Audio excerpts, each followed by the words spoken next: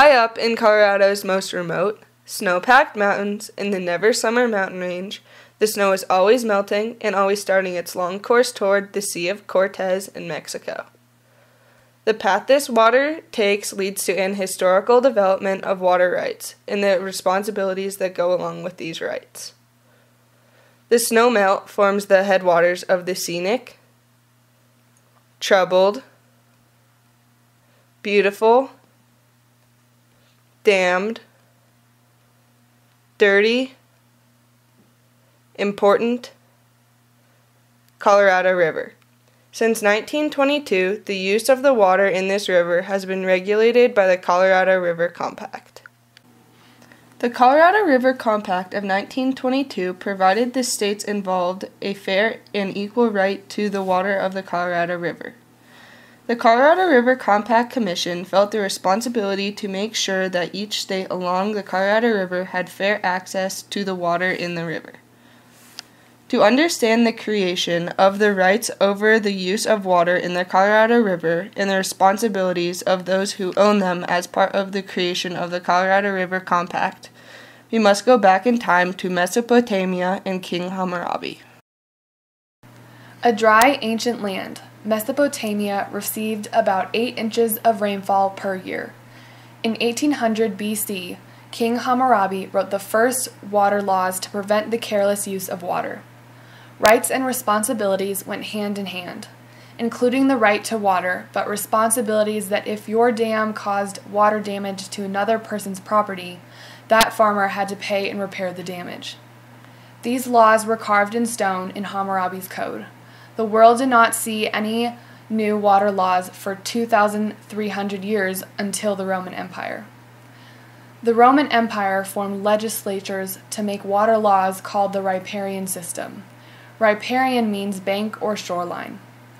This system said that the water in a stream could not be owned, but whoever owned the riverbank had the right to access the water, as long as they used it responsibly for beneficial purposes.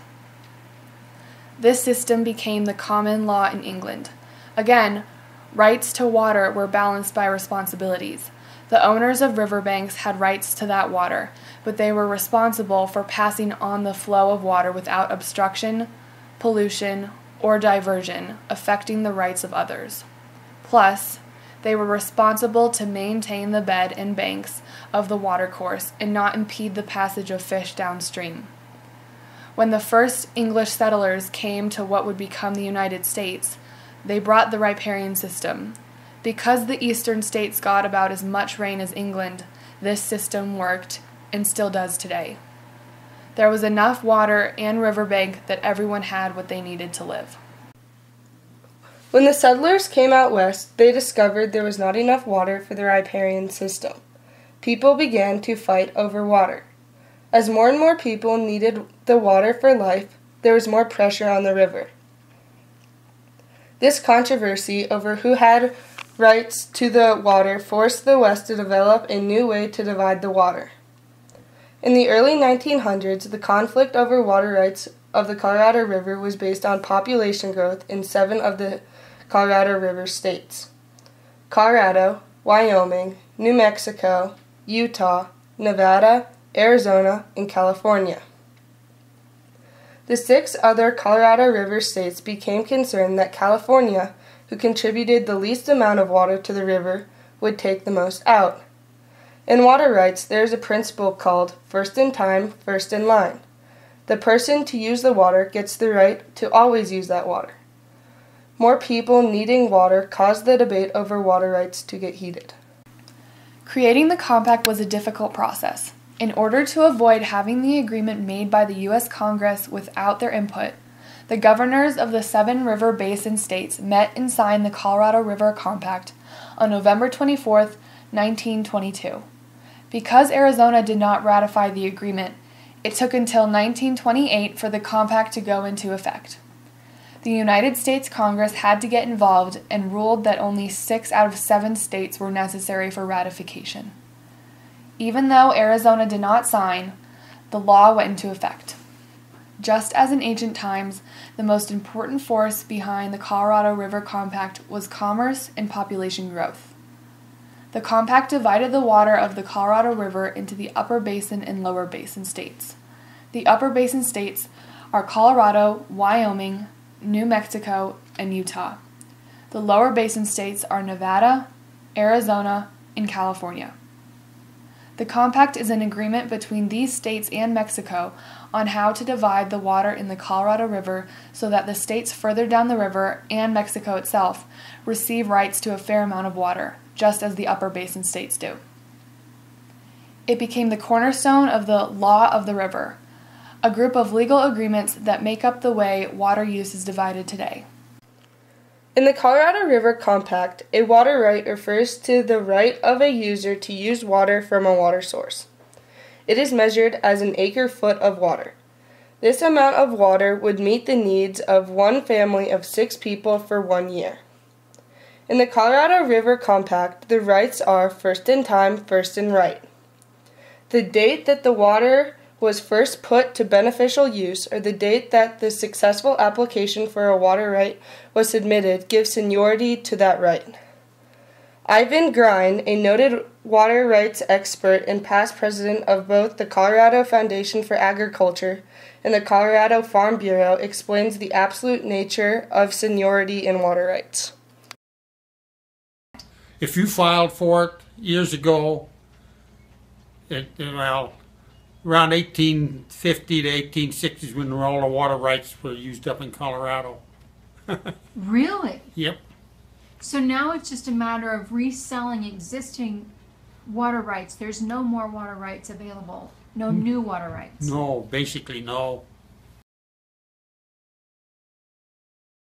Each state individually is supposed to have the right to 7.5 million acre-feet per year.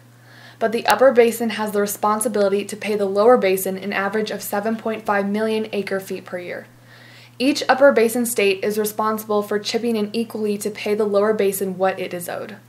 The amount is an exact, fixed amount, not a percentage. In drought years, the Upper Basin states can actually owe the Lower Basin more water than they themselves receive. This is one of the long-term consequences of the compact. The compact had positive effects. All states along the Colorado River are guaranteed at least some water. In a drought, the Upper Basin states must ensure the Lower Basin states to get their allotment. Extra water can be sold. The compact also has some failures. The law does not consider the river itself. The law was based on the issue of commerce and population growth. Responsibilities to the environment were not a concern at the time. Areas of the river are in danger. 29 dams and diversion projects have been built on the river. Native Americans had water rights before the compact and were not treated fairly. The states should be responsible for treating the Native Americans fairly. The initial water flow measurement was incorrect due to the fact the base measurement was done in an exceptionally rainy year. Our responsibility to Mexico was truly not addressed. The delta into which the Colorado River flows is now full of silt and trash. Historically, controversy was built into the compact. There are far more rights allotted than responsibilities, and the river is suffering today because of this. However, the Colorado River Compact was an attempt to negotiate state differences and promote life in the West. The compact was historically significant, and the rights and responsibilities that are the basis of the agreement continue to ripple out in helpful and unhelpful ways. We must remember that the water from the snow we ski on today in Colorado will show up at the dinner table in Arizona or water a field of tomatoes in California. The Colorado River Compact is the result of trying to determine water rights in the Colorado River Basin states. The compact is complicated and has some failures, but overall it is a success. Controversy was built into the compact, but so was the hope of fairness and responsibility. The law of the river will continue to be debated and approved upon for the people of the western states and for the Colorado River itself. This controversy will continue since water is essential for life.